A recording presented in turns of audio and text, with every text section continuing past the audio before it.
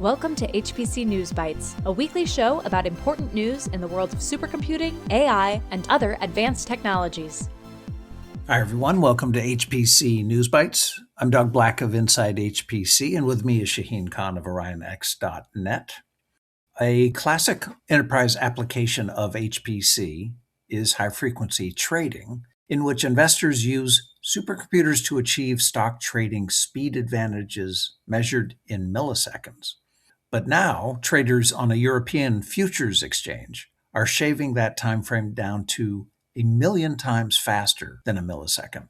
A story last week in the Wall Street Journal looks at Germany's Eurex exchange and a dispute in which a group of traders have used garbled data to save 3.2 billionths of a second. As the journal explains it, the controversy is about an arcane technical maneuver in which high-speed traders bombard Eurex with useless data. The idea is to keep their connections to the exchange warm so they can react fractionally faster to market-moving information. The controversy became public when the Paris-based trading firm Mosaic investigated why that firm's formerly thriving trading business suddenly fell by 90% in 2022. The journal quotes the founder of Mosaic saying, "An arms race is okay, but you must use legal weapons." Well, program trading, algorithmic trading, straight-through processing, and finally high-frequency trading, HFT, are part of the spectrum of the discipline to execute financial trades faster and faster. You have financial trading companies at one end and market data at the other. What connects them is the network, and the level of optimization that goes into that is just unreal and has been for decades. There's a very good paper from earlier this year that covers this very well. It's in the International Journal of Computer Science and Network Security, and it's titled, quote, "The Impact of High-Speed Networks on HFT Performance." It is accessible online. In this case, the optimization goes all the way into network packets that tell the market a trade request is coming, thus keeping it warm, only to decide whether or not to actually issue the transaction, depending on market data. Like you said, it's down to milliseconds or less. As the Department of Energy's Genesis mission rounds into form, there have been announcements about participating organizations. The number is approaching 30. And we're seeing some of the strategies that may be used to construct the planned cooperative array of supercomputing resources at various locations around the country in support of their AI for Science mission. One of them is a federated learning AI model project led by Sandia National Laboratories that the lab calls a significant milestone in advancing AI for national security. Over the past year, Sandia, Los Alamos, and Lawrence Livermore Labs, known as the Tri-Labs, have been building a federated AI model as a pilot project, and they now have a prototype. A federated AI model trains a model that is shared across devices in multiple locations without moving the raw private data, with the goal of creating a smarter collective global model. The project used an open-source federated learning software called NVFlair, and as you can tell from the name, it's contributed by NVIDIA. The distributed learning proceeds in parallel at each lab and is broken up into phases or epochs. And after each one, the labs share the updated weights, but not the data itself. And the weights are averaged together to form a single model for the next epoch of training to begin.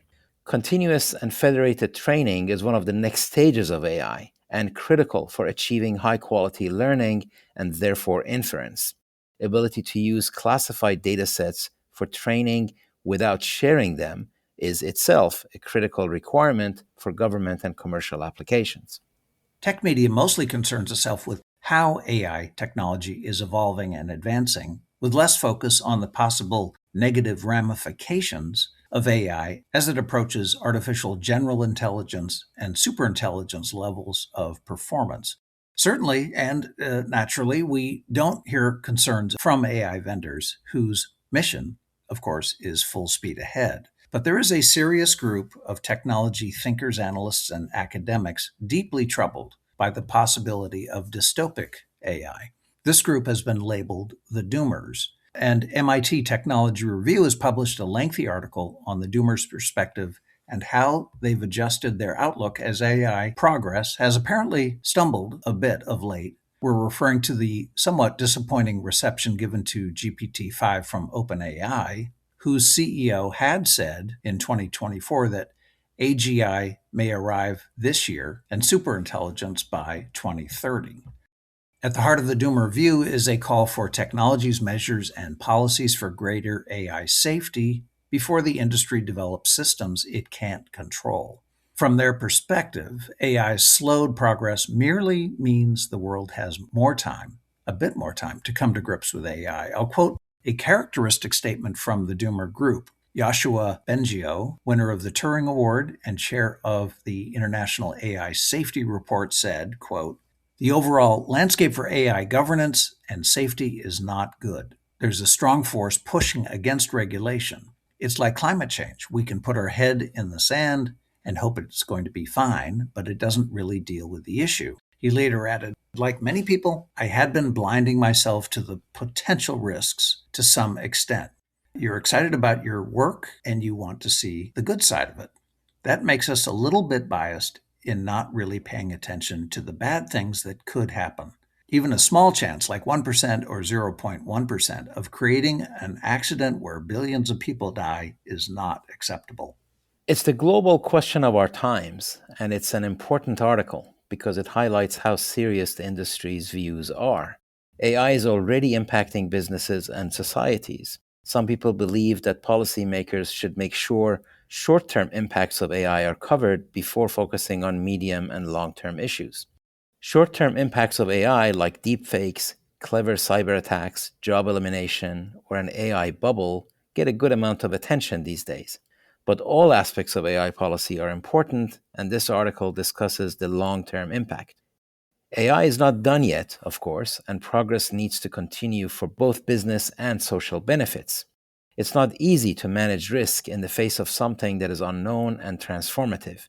It leads to the evaluation of how any unexpected negative consequences are managed versus how unexpected positives are enjoyed.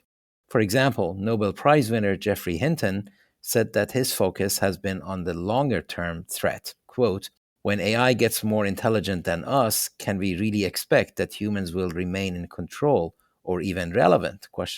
End quote. There's also a lack of an accepted framework with probabilities of something happening or not and timeframes needed for mitigating a threat.